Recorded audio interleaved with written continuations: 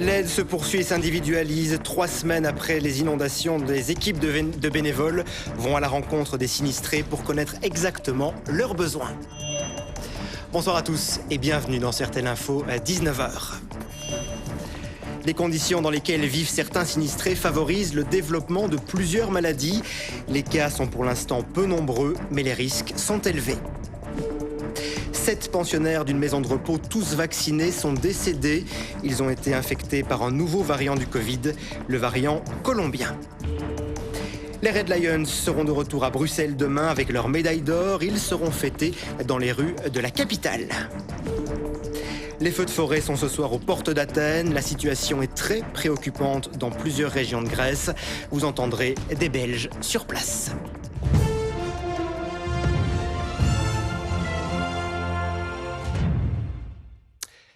Trois semaines après le début des inondations meurtrières qui ont frappé notamment la province de Liège, l'aide se poursuit. Des bénévoles rencontrent désormais chaque famille sinistrée. Ils tentent de connaître précisément leurs besoins afin d'y répondre de la meilleure des manières. À Verviers, Julien Modave et David Muller ont suivi une équipe de volontaires. Briefing quotidien pour ces 4 bénévoles qui vont distribuer des repas. Avec un changement, ils ont cette fois un questionnaire à remplir. Pour qu'ils puissent retrouver une autonomie, savoir est-ce qu'ils ont le courant, est-ce qu'ils ont le gaz, s'ils n'ont pas, est-ce qu'ils ont un moyen de cuisiner. Les quartiers qui ont été fortement sinistrés au centre de Verviers sont déjà des quartiers qui sont à la base très pauvres. Donc ce sont des personnes qui n'ont déjà pas grand-chose à la base et qui là ont tout perdu. La distribution va s'arrêter dans 1 semaine. Alors il y a urgence. Chaque famille doit pouvoir désormais cuisiner, se chauffer et ce n'est pas encore le cas partout. Bonjour. Bonjour. Alors, est-ce que votre logement est habitable? Vous dormez de... Non, on m'a hébergé ici. Moi, Oui. j'habitais à Dolin. D'accord. Comme que j'ai perdu ma maison, donc je suis venue ici. D'accord. On a besoin de matériel pour cuisiner. On n'a pas de frigo, micro-ondes, lit pour les enfants.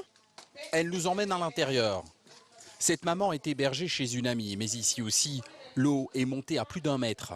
La cuisine est nettoyée, mais plus rien ne fonctionne. Repas, toilettes, tout se passe autour de ce réchaud. Pour chauffer, pour faire la cuisine, pour chauffer. Voilà.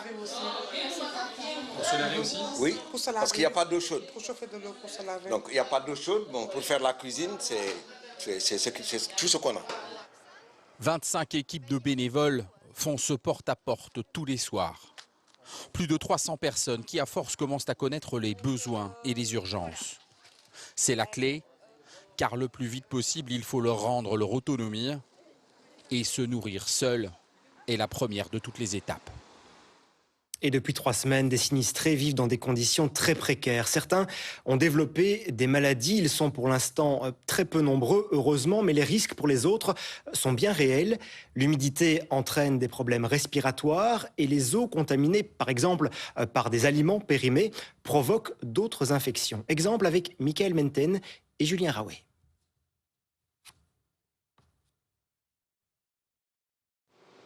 Dans ce quartier coupé du monde, des maisons entièrement moisies. Ici, les maladies sont apparues rapidement. Fabienne est soignée pour une plaie au pied. À force d'être dans l'eau et dans... Le mazout. Oui, le mazout. C'est la surinfection, quoi. Une petite plaie dans le frottement de la botte. Des plaies infectées, des peaux contaminées par les hydrocarbures, mais aussi des problèmes respiratoires et des infections gastro-intestinales. Même certains bénévoles tombent malades. Comme genre de maladie ici qu'on a déjà signalé, apparemment au niveau des bénévoles et des habitants, c'est un risque de leptospirose. Donc en fait, c'est dû aux urines les urines d'animaux, tout ce qui a été charrié par l'eau, les hydrocarbures, etc. Dans cette maison, des champignons partout sur les murs. Pour Mireille, il faut tout retirer le plus vite possible. Au début, nous n'avions pas de matériel. Et on travaillait main nue et là, au niveau de la peau est brûlée par le mazout. Même les animaux. Moi, j'ai un chat qui a trempé dans l'eau et dans le mazout pendant 2 jours et il a été tout brûlé, quoi. Ici, les médecins généralistes sont partis, touchés eux aussi par les inondations. Alors pour se faire soigner rapidement, seule solution, cette maison médicale sinistrée. Une dizaine de patients sont consultés chaque jour. Pour le moment, on a beaucoup des infections respiratoires, donc on a quand même pas mal de pneumonies alors qu'on est en plein été et qui ne répondent pas aux antibiotiques classiques. Donc on pense entre autres à la légionellose, mais on n'en a pas encore eu de cas confirmés. Fuir les maladies ou rester pour nettoyer. Mireille, elle, n'a pas le choix. Elle restera jusqu'au bout pour s'occuper de ces murs. Les militaires sont déployés dans les zones sinistrées presque depuis le début des inondations. Mais aujourd'hui, le numéro 2 de la Défense affirme qu'il aurait voulu faire plus. Mais à cause de la diminution des moyens du côté de l'armée et de la protection civile, cela n'a pas été possible. Mathieu Coll, Guillaume Wills. Depuis le début de la crise, la Défense a envoyé ses hommes sur le terrain. Certains militaires ont même pris sur leur congé pour venir en aide aux sinistrés. Mais aujourd'hui, même le numéro 2 de la Défense le regrette. L'armée n'a plus assez de moyens pour être efficace dans ces circonstances. C'est comme ramer avec des rames qui sont devenues très courtes. Des choix ont été faits dans le passé. Je comprends les gains d'efficacité, mais les secours sont une question d'efficacité. Vous devez atteindre votre objectif. Concrètement, il y a moins d'hommes à la Défense, mais moins de matériel aussi. Moins d'engins de chantier qui auraient pu déblayer des zones touchées, même plus de services capables de construire rapidement des ponts pour permettre aux secours de franchir les rivières. Et dans le cas des inondations, on a pu voir certains zodiacs qui ont mis beaucoup de temps à arriver sur les lieux des sinistrés, etc., pour aider la population, mais aussi du génie de pontage, comme nous avions par le passé. Ce sont tous des moyens matériaux, eux, qui viennent à peiner et à manquer. La crise, née de ces inondations, a mis en lumière la faiblesse des moyens de la Défense, et c'est un chef qui lance le SOS. Ici, on a quand même le numéro 2 de la Défense qui est toujours d'actif, qui est un général 3 étoiles, qui s'exprime de manière publique pour dire que son département, duquel il est vice-chef, son département est en crise. On dit tout le temps, c'est le citoyen qui paye la Défense. In fine, désinvestir dans ses métiers régaliens, désinvestir dans la Défense, c'est aussi faire payer le citoyen de ce désinvestissement. Des centaines de militaires participent tout de même aux opérations et ils seront encore plus nombreux dans les jours qui viennent pour coordonner la distribution de l'aide alimentaire. Les dégâts de ces inondations sont pour l'instant estimés à près d'1 milliard d'euros. Les sinistrés seront indemnisés. Reste à savoir par qui. Les assurances doivent en effet couvrir les 350 premiers millions d'euros. La différence devrait être légalement prise en charge par la région wallonne. Mais des négociations très discrètes sont en cours pour tenter d'augmenter ce plafond. Le gouvernement voudrait que les assurances puisent dans leurs réserves et libèrent plus de moyens. On devrait connaître le résultat des tractations dans les prochains jours. Et les inondations ont également ravagé des bâtiments officiels. Les archives de certains palais de justice ou encore de certains CPAS ont été noyés. Certains documents renferment des informations très importantes. Il faut donc tout faire pour les sauver. Les services de l'État ont donc commencé à les congeler à moins 24 degrés. Reportage glacial, Julien Modave, David Muller. 18 palettes de documents comme celle-ci au frigo. Conservés à moins 24 degrés au milieu d'une immense zone de stockage de viande entre les gigots d'agneau et les civets de biche. Nous avons été contactés par les archives de l'État et à notre grande surprise, ils nous demandaient donc en urgence de placer des documents dans le congélateur. Le froid extrême, c'est le meilleur moyen pour empêcher le développement de moisissures et le déchirement des pages. Car ces archives ont été retrouvées surnageant dans les caves du palais de justice de Verviers ou au CPAS de Limbourg. Des décisions remplies de boue et saturées d'eau, beaucoup ont dû être jetées. Il a donc fallu faire des choix. Ce sont des minutes de jugement, donc ce sont des originaux de jugement, ici que vous avez d'un tribunal de l'arrondissement de Verviers. Une fois congelés, une technique de vide d'air par lyophilisation permettra d'en extraire l'eau. Ensuite, un nouveau travail minutieux pour les restaurer. Certains documents, s'ils sont perdus, ça peut occasionner des coûts pour l'État. Donc il y a des documents qui ont vraiment une valeur immédiate. C'est-à-dire si on les perd, on ne peut pas réclamer une dette, on ne peut pas prouver un droit. Donc ces documents-là, c'est ceux qu'on va évidemment sauver en priorité. Aujourd'hui encore, de nombreuses communes sont toujours en inventaire. Mais nul doute que des milliers de pages de documents récents et parfois très anciens sont définitivement perdus. Je vous le disais en titre, 7 résidents d'une maison de repos de Zaventem sont décédés à cause d'un variant du Covid. Ces résidents étaient tous vaccinés. Certains souffraient d'autres maladies. Ils étaient déjà affaiblis, mais ils ont succombé à cause du variant colombien. Un variant qui progresse chez nous, mais qui, selon les premières études, n'est pas plus dangereux que les autres. Loïc Parmentier avec Guillaume Wills. Tout commence le 16 juillet dernier. 2 résidents de cette maison de repos de Zaventem sont diagnostiqués positifs au coronavirus. Après contact avec les autorités, résidents et personnels sont tous testés. Résultat, 17 contaminations. Une semaine plus tard, pour certains, les symptômes s'aggravent et finalement, 7 résidents décéderont. Un résident positif au coronavirus était en phase terminale. Un autre résident était en soins palliatifs. Et puis on dénombre encore 5 autres décès pour lesquels on doit malheureusement constater qu'ils sont dus au coronavirus. Ils étaient tous vaccinés ? Oui. Dans les laboratoires de l'université de Louvain, le coronavirus est étudié. Après analyse, il s'agit d'un variant dit colombien, apparu en Belgique à la fin du mois de juin. Une enquête menée en Angleterre a montré que ce variant n'est pas plus pathogène que ceux que nous connaissons déjà, mais il est encore trop tôt pour faire des déclarations définitives. L'origine de la contamination dans cette maison de repos est encore inconnue. L'agence flamande des soins de santé n'a pas encore pu l'identifier. En Belgique, 20 foyers de ce variant colombien ont été identifiés et sont suivis avec la plus grande attention. Un variant colombien extrêmement minoritaire. Pour le moment, près de 95% des contaminations au coronavirus sont dues au variant Delta, anciennement connu comme la version indienne du virus. Et pour aller plus loin ce soir, Muriel Moser nous a rejoint sur ce plateau. Bonsoir. Bonsoir. Vous êtes, je le rappelle, immunologue à l'ULB. Madame Moser, que sait-on ce soir de ce nouveau variant colombien ? Eh bien, le problème, c'est qu'on ne sait pas grand-chose. On sait simplement qu'il a été décrit en Colombie en janvier 2021. On sait qu'il a été classé par l'Organisation mondiale de la santé comme un variant d'intérêt, non pas encore comme un variant préoccupant, parce qu'on ne sait pas encore s'il est plus contagieux et s'il cause des maladies plus graves, ça on ne sait pas. Et donc, voilà, il faudra vérifier s'il est plus contagieux et si les vaccins protègent contre ce variant. À ce stade, est-ce qu'il doit nous inquiéter ?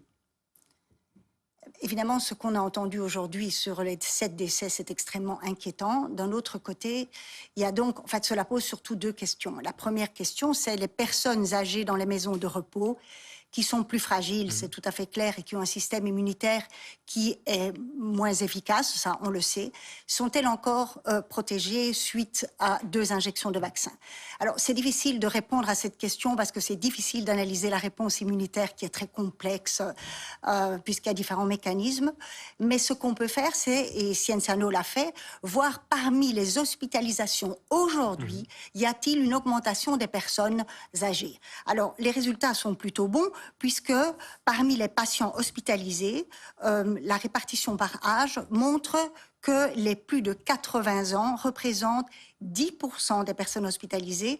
Je rappelle qu'au début de la maladie, c'était 45%. Et ce 10% est relativement stable, suggérant qu'elles sont toujours protégées et que donc leur réponse immunitaire est toujours efficace.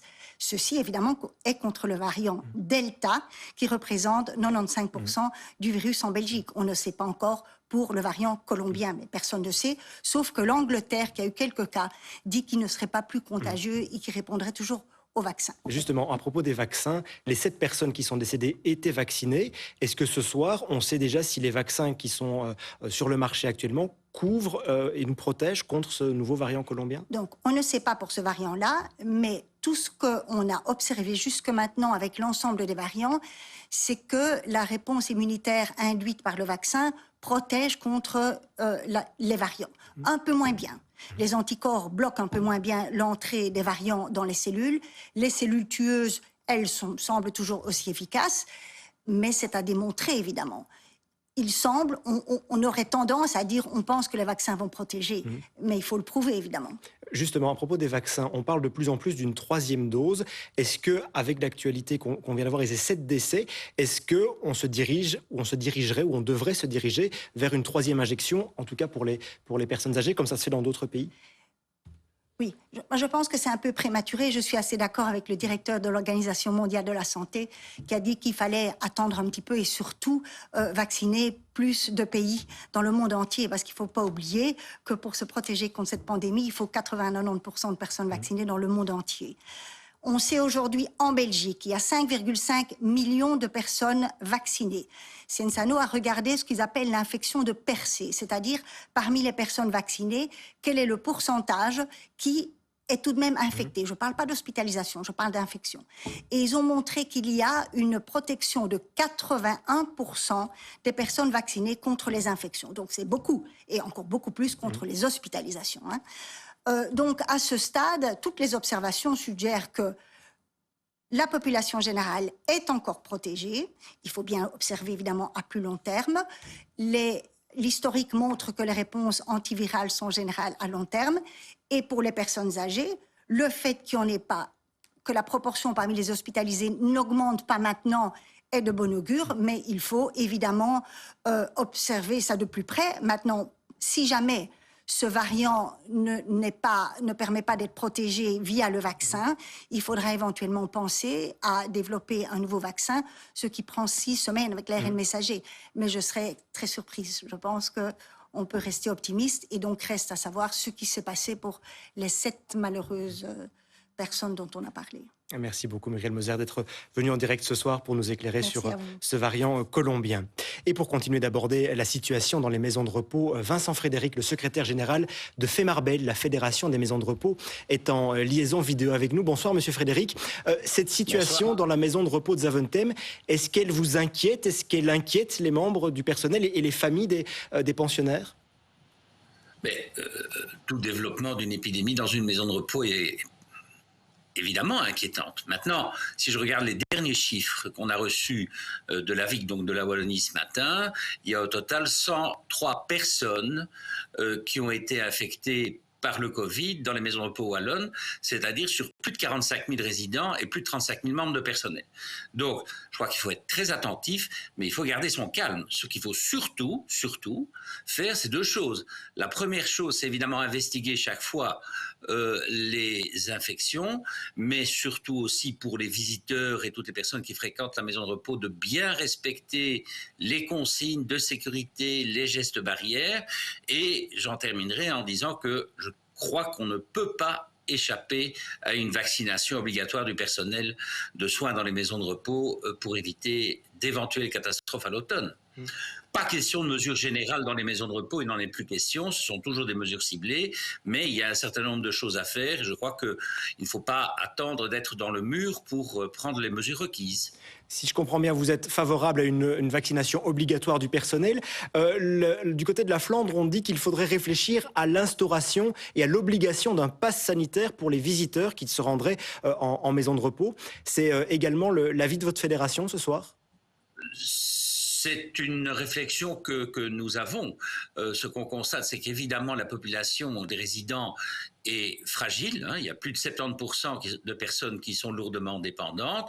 Et je crois que la responsabilité de chaque personne qui visite les maisons de repos, c'est évidemment de suivre les consignes générales. Tout le monde a bien intérêt à être vacciné. Donc le Covid Pass, c'est peut-être une solution.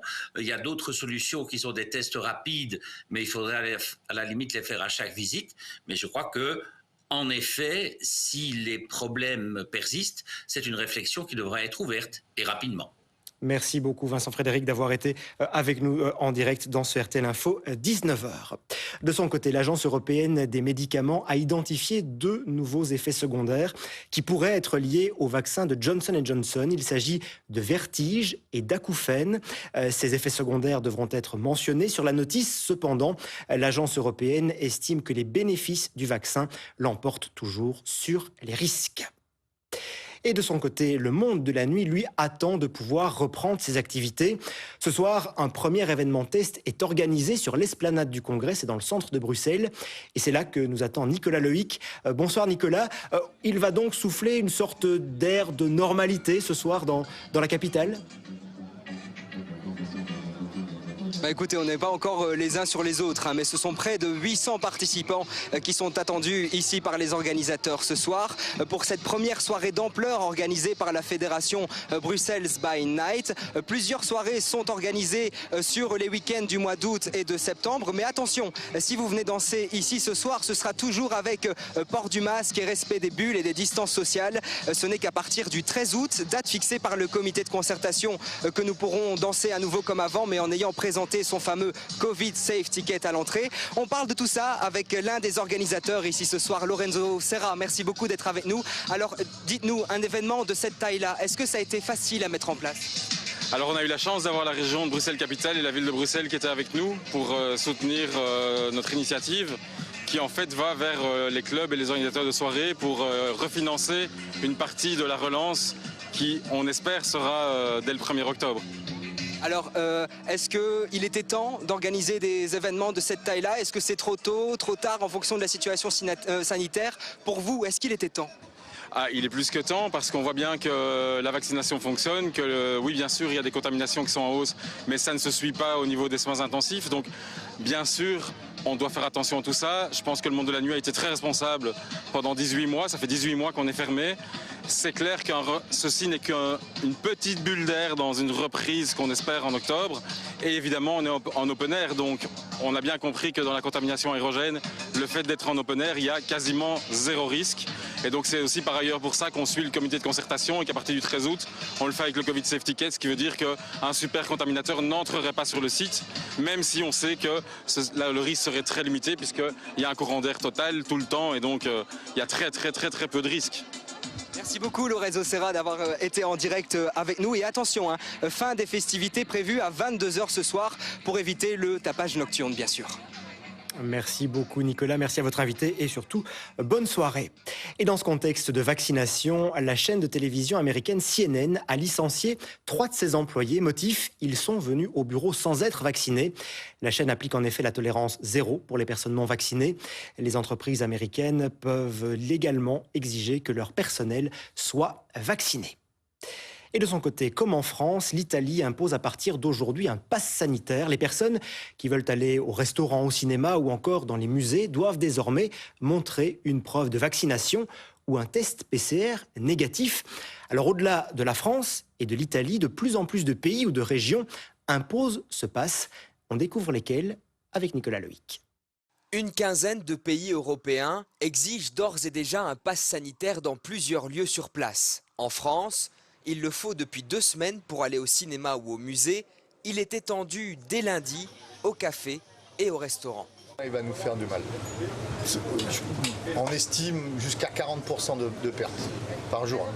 Il peut aussi être réclamé dans les foires ou pour de longs trajets en transport en commun. En Italie, dès aujourd'hui, le pass vert ou Green Pass est obligatoire dans les cinémas, restaurants, musées, salles de sport. Les manifestations se multiplient dans le pays. L'Allemagne, elle, durcit peu à peu les mesures sur son territoire, comme pour y entrer. Si quelqu'un n'a aucune preuve de test, nous le signalons à l'autorité sanitaire compétente et la personne est alors invitée à en passer un.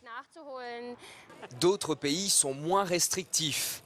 En Espagne, seules certaines régions obligent un pass sanitaire pour accéder aux bars et restaurants. Au Portugal, il est requis dans plusieurs lieux, mais seulement le week-end et dans les régions les plus touchées, comme Lisbonne ou Porto. Je demande à mes clients de me montrer leur passe, mais comment est-ce que je peux vérifier si leur certificat est valide? En Grèce, seuls les restaurants doivent le réclamer. Au Luxembourg, les restaurateurs ont le choix de l'appliquer. 3 moyens d'obtenir ce pass: être vacciné entièrement depuis au moins 14 jours, présenter un test négatif de moins de 48 heures ou une preuve d'immunité datant de moins de 6 mois. Et le trafic sera d'ailleurs chargé sur les routes en Europe ce week-end. Chez nous, le trafic sera chargé demain vers la mer, mais aussi sur la E411 et la E19. En France, les routes seront classées rouges, tout comme en Allemagne, en Suisse, en Autriche. Ce sera noir d'ailleurs dans la vallée du Rhône. Et puis si vous vous rendez un peu plus au sud, là le trafic sera jaune en Espagne ou encore en Italie. Dans la suite de ce RTL Info, 19h, après 20 ans de collaboration, Lionel Messi et le Barça, c'est fini. L'annonce a fait l'effet d'une bombe dans le monde du football. Et puis la princesse Delphine a abandonné temporairement ses œuvres en papier mâché et ses toiles. Elle a redécoré une voiture de course. Mais avant cela, 16 occupants d'une montgolfière ont eu très peur hier. Leur ballon a connu un problème en vol et a dû atterrir en urgence à Loverval, c'est dans la région de Charleroi. La nacelle s'est retrouvée bloquée dans un arbre à plusieurs mètres du sol. Le pilote a fait preuve de beaucoup de sang-froid et personne, heureusement, n'a été blessé. Justine Roldan-Pérez, Denis Caudron, Fabien Vanhoff. Hier vers 20h, les 16 passagers ont embarqué à Serfontaine pour un baptême de l'air en montgolfière. Jusque-là, rien d'anormal, sauf qu'au bout d'une heure de vol, le pilote est surpris par plusieurs coups de vent. Il nous a prévenus, écoutez, tenez-vous bien, bloquez-vous parce que l'atterrissage va être mouvementé. Après plusieurs tentatives d'atterrissage, la montgolfière finit sa trajectoire dans les arbres. À un certain moment, moi, du dessus, je vois un terri là-bas, je me dis, mais on se dirige sur Charleroi, c'est pas possible. Ils vont nous taper sur la R9, quoi. Je me dis, le ring, non merci. Et il nous dit, ben voilà, il n'y a plus qu'ici. Et là, il fait tout pour atterrir, un peu dans le champ là, mais les vents l'ont poussé aussi. Et c'est ainsi qu'on a eu l'incident. Une scène très surprenante, notamment pour Benoît, puisque c'est au fond de son jardin que la montgolfière a atterri en urgence. J'ai appelé directement le 112 et je me suis précipité pour voir s'il n'y avait pas de blessés. Et miracle, il n'y avait rien du tout. Donc voilà, tout se termine bien. Elle est écrasée dans l'arbre. Arthur, alerté par le bruit, a tout filmé avec son frère. Surtout, ça fait beaucoup de bruit. En plus, on a l'écho du bois qui vient jusque chez nous et ça faisait quand même pas mal de bruit. On a vraiment cru que elle allait exploser, limite ou quoi, si elle avait un trou. Enfin, peut-être pas exploser, mais du moins se trouer et complètement se cracher. Donc là, ici, il essaye de remonter. Et ensuite, pour au final, se retaper contre un arbre juste à l'instant, quoi. La nacelle a pu être évacuée dans la journée. Heureusement, tout s'est bien terminé.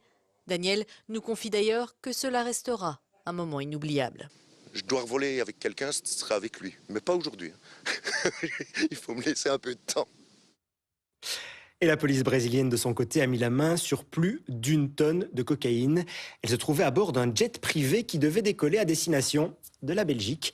La police brésilienne a tout filmé. Une telle prise dans un avion privé, c'est une première. Emmanuel Dupont.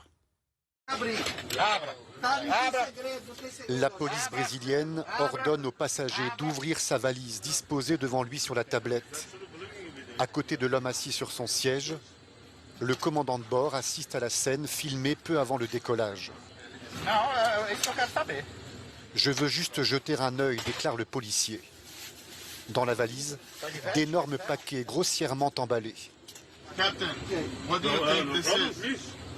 Interrogé, le commandant dit en ignorer le contenu, mais le test rapide va révéler la présence de cocaïne. Le propriétaire du bagage reste sans voix. Il y en a 24 au total, alignées devant l'appareil. Elles contiennent 1,3 tonne de poudre blanche. L'avion en provenance de Malaga en Espagne avait pour destination finale l'aéroport de Bruxelles. C'est la première fois en Belgique que les trafiquants utilisent un jet privé pour acheminer leur drogue. Vous avez vu qu'énormément de saisies de drogue ont été faites dans les ports d'Anvers et de Rotterdam ces derniers temps. Je pense qu'en effet, il peut y avoir une réaction, une créativité de la part du criminel pour s'adapter, trouver d'autres moyens, d'autres portes d'entrée vers notre Europe depuis l'Amérique latine. Le passager d'origine espagnole est connu des services de police. Il possédait un passeport belge et disposerait d'une adresse à Liège. Rien n'indique en revanche que la drogue était destinée à notre pays. L'appareil peut changer d'itinéraire 30 minutes avant d'atterrir. Dans un communiqué, la compagnie aérienne turque nie toute responsabilité dans cette affaire, mais pour l'heure, tous ont été placés en garde à vue. Notez que l'avocat pénaliste Olivier Martins est renvoyé devant le tribunal correctionnel. Une information de la dernière heure, l'avocat bruxellois est accusé d'avoir participé à la préparation de la tentative d'évasion en 2014 de la prison de Saint-Gilles du baron de la drogue franco-marocain Mohamed Benabdelak. Il est poursuivi en tant que co-auteur de prise d'otage et tentative d'évasion. Et puis aux Jeux Olympiques de Tokyo, les Belgian Tornadoes se sont qualifiés pour la finale du 4x400 mètres. Ce sera leur 4e finale olympique d'affilée. Nos athlètes signent le 8e temps de ces qualifications. Jonathan Borlée, lui, s'est blessé à la fin de la course. Il souffre d'une élongation et il ne pourra pas courir la finale de demain au stade olympique. En 2019, je vous le rappelle, les Tornadoes avaient ramené le bronze de Rio. Et demain, justement, la Belgique célébrera les médailles d'or décrochées hier par Nafissatou Thiam à l'heptathlon et par les Red Lions en hockey. Une fête est prévue, place Rogier à Bruxelles, pour célébrer nos hockeyeurs. Et c'est là que nous attend Mathieu Coll, place Rogier. Bonsoir Mathieu, une partie de la délégation belge rentre demain du Japon. Quel est le programme de la journée de nos athlètes ? Alors l'avion des athlètes belges se posera à 16h à l'aéroport de Bruxelles. À son bord, nos médailles d'or, les Red Lions, Nafissatou Thiam, mais aussi nos Belgian Cats, les malheureuses basketteuses éliminées en quart de finale par le Japon. Tous ces athlètes se rendront disponibles après l'atterrissage pour la presse à l'aéroport. Rien ne sert d'aller jusqu'à Zaventem, de venir à Zaventem. Le public ne sera pas admis à cause des règles sanitaires. Ensuite, la fédération de hockey a prévu la parade des grands jours. Toute l'équipe championne olympique va déambuler à bord d'un bus à Impérial dans le centre de Bruxelles à partir de 17h30. Le Mont des Arts, le Kantorsteen, le boulevard de l'Impératrice, boulevard Pacheco, boulevard du Jardin Botanique, jusqu'ici, jusqu'à la place Rogier. Cela permettra aux fans d'avoir une chance de les saluer puisque, là encore à cause des règles sanitaires, il y aura un accès limité à la place Rogier, limité par la police, 2000 places maximum environ. Et puis ce sera vraiment ici qu'ils feront la fête vers 18h30, qu'ils célébreront leur titre avec leurs supporters avant de se retirer avec leur famille plus dans l'intimité dans un des bâtiments de la place ici où ils seront attendus pour une réception organisée par leurs sponsors. Merci beaucoup Mathieu pour ces informations en direct de la place Rogier. Et Nafissatou Thiam, quant à elle, a dû attendre aujourd'hui pour recevoir sa médaille d'or. En conférence de presse, la Namuroise a confié qu'elle ne réalise pas encore son exploit. Elle a aussi expliqué combien elle est épuisée après ces Jeux. Elle a tout de même célébré sa médaille avec les hockeyeurs hier soir. Les Red Lions ont eux aussi décroché l'or. C'était leur objectif de ces Jeux. Écoutez Vincent Vanache, Olivier Skonians l'a joint ce midi. On était forcément super heureux. Ici, voilà la médaille, elle brille.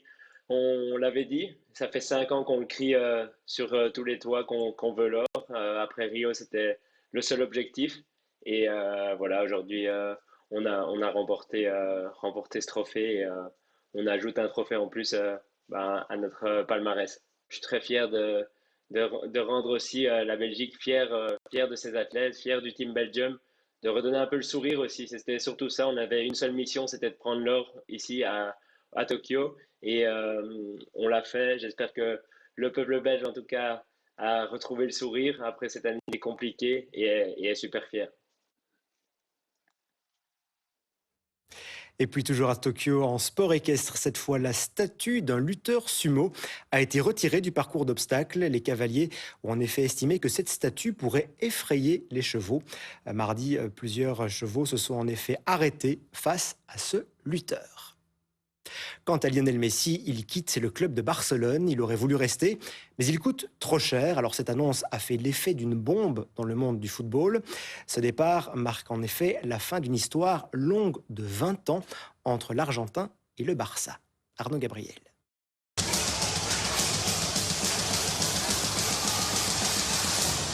Lionel Messi et le Barça, c'est fini. Aussitôt l'annonce faite, des supporters se rassemblent devant le stade du Camp Nou à Barcelone. La tête baissée ou assis devant les grilles, difficile de cacher ses émotions. Je suis triste car il a fait un travail fantastique. Ça va être difficile de ne plus le voir au Camp Nou. Je suis un peu triste parce que depuis que je suis le Barça, il y a toujours eu Messi. C'est mon enfance et avec lui, nous avons remporté de nombreuses victoires. Messi et Barcelone, deux noms qui semblaient liés à jamais. Tout commence il y a plus de 2 décennies. À 11 ans, l'Argentin mesure 1m11. Les médecins lui annoncent qu'il fera 1m50 à l'âge adulte. Trop petit pour devenir footballeur, alors ses parents lancent un appel. On se trouve à la fin des années 90 dans une période de grande crise économique en Argentine. Et donc, du coup, ils n'ont pas l'argent nécessaire pour assumer les frais. C'est environ $1000 par mois. Et c'est comme ça qu'ils se dirigent vers des clubs beaucoup plus fortunés, en l'occurrence Barcelone, pour prendre en charge ce traitement. À 13 ans, le Barça le recrute. Le contrat est signé sur une serviette dans un restaurant. 3 ans plus tard, la Pulca, comme on le surnomme, la puce, débute chez les professionnels. Il s'impose et se fait respecter. La preuve, même à Madrid, le plus grand rival, aujourd'hui on le regrette. C'est le football dans son ensemble qui perd. Il avait son travail ici, il a 34 ans. Messi a donné le meilleur de lui. Nous lui souhaitons bonne chance car il a tellement donné au football. Selon la presse espagnole, Messi est bouleversé. Il ne voulait qu'une chose rester, mais le divorce était devenu inévitable pour le club catalan. Léo n'est pas content. Il voulait rester. Nous avions tous l'intention et le désir qu'il reste. Il est maintenant confronté à la réalité, comme nous. Et cette réalité ne peut être changée.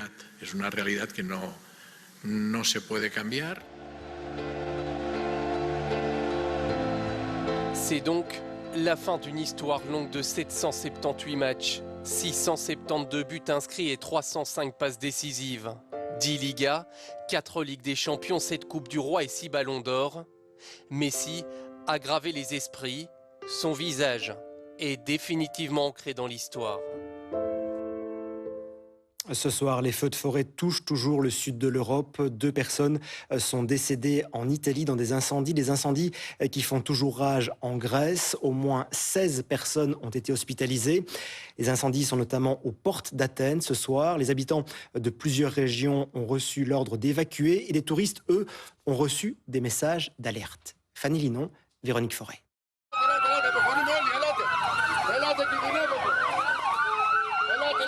Au nord d'Athènes, des milliers de personnes ont dû évacuer. Les habitants de la région sont priés de rester à l'intérieur pour éviter de respirer les fumées toxiques. Les températures extrêmes et le vent rendent les incendies incontrôlables. Pour tenter de maîtriser les flammes et les maintenir loin des habitations, des centaines de pompiers travaillent jour et nuit avec des hélicoptères et avions bombardiers d'eau. Mes concitoyens, nous poursuivons nos efforts heure par heure pour lutter contre les multiples incendies aujourd'hui et nous demandons encore une fois votre coopération car les conditions sont extrêmement dangereuses. L'île d'Eubée est parmi les endroits les plus touchés par les incendies. Dans ce village, tout est détruit. J'ai fait partir ma femme, mes enfants et mes petits-enfants. Tout le monde est parti et je suis resté seul. Au moins, j'ai réussi à sauver certaines choses. Heureusement, rien ne nous est arrivé. Mes petits-enfants qui étaient ici ont réussi à partir. Hier soir, les autorités ont envoyé un message d'alerte. Un message envoyé à la population, mais aussi aux touristes. Parmi eux, de nombreux Belges. Hier soir, dans la soirée, nous avons reçu un message nous signalant qu'il fallait absolument éviter tout déplacement inutile et que les zones boisées et les forêts sont interdites. J'ai reçu à 2 reprises une alerte qui était avec un texte qui était écrit en grec et en anglais, nous demandant de faire attention car nous étions dans une zone à risque. Nous devions atteindre la zone d'Olympie où nous avons normalement un hôtel, mais on n'est pas certain que ce sera possible. On doit rester en contact permanent avec les hôteliers pour voir si la zone est toujours à risque. À Olympie, les pompiers ont pu maîtriser les flammes qui menaçaient le site archéologique, mais des incendies sont toujours en cours dans les villages voisins. Le Japon lui a commémoré ce matin les 76 ans de la bombe atomique d'Hiroshima. Elle avait tué plus de 140 000 personnes. Ce matin, des survivants et des proches des victimes ont assisté à une cérémonie d'hommage. Une cérémonie sur fond de polémique puisque le Comité international olympique a refusé de respecter 1 minute de silence durant les Jeux de Tokyo. Les tensions entre Israël et le Hezbollah libanais sont tous les jours un peu plus grandes. Des missiles ont été tirés de part et d'autre de la frontière. Ce n'était plus arrivé depuis 2014. Depuis mercredi, on assiste à une escalade de la violence et ce soir, la communauté internationale est inquiète. Emmanuel Dupont. La riposte de l'armée israélienne, après le tir d'une dizaine de roquettes en milieu de semaine, revendiquées par le Hezbollah libanais. Nous sommes à la frontière entre les deux pays, dans la région du plateau du Golan, occupée par l'État hébreu depuis 1967. Les deux camps ennemis s'étaient livrés une guerre meurtrière il y a 15 ans, mais les derniers échanges de tirs remontent à 2014. Alors aujourd'hui, les casques bleus de la FINUL, la force intérimaire des Nations Unies chargée de surveiller cette frontière, demandent un cessez-le-feu immédiat, une situation qui inquiète également la population libanaise. Honnêtement, je ne comprends pas ce qui se passe. Je ne sais pas ce qu'ils veulent, mais ça fait peur. On ne veut pas d'une nouvelle guerre. Dans ce village du sud du Liban, l'armée libanaise et les habitants sont parvenus à arrêter ce camion du Hezbollah qui transportait un lance-roquettes. Le mouvement chiite pro-iranien est très influent dans le sud du pays. Ces échanges de tirs coïncident justement avec une recrudescence de tensions entre Israël et l'Iran. Retour chez nous, son nouveau titre n'empêche visiblement pas la princesse Delphine de se consacrer à l'art. Cette fois, elle a troqué ses toiles et le papier mâché pour une Lamborghini. Elle a en effet customisé la voiture de sport d'un jeune pilote belge, Benjamin Samin. C'est une première. Delphine de Saxe-Cobourg, désormais membre de la famille royale, dévoile sur le circuit de Zolder son travail qui décore avec beaucoup de modernité la Lamborghini d'Esteban Muth, un jeune pilote belge de 19 ans qu'elle soutient avec conviction. Pour en arriver là où il est aujourd'hui, cela a demandé beaucoup de travail. Il a dû, alors que c'est un jeune homme, faire de nombreux sacrifices. C'est cela qui m'a attiré pour faire cette pièce, pour réaliser cette voiture artistique. Je trouve que c'est incroyable. C'est vraiment un projet génial. J'ai été très surpris de voir le résultat et je suis impatient de rouler.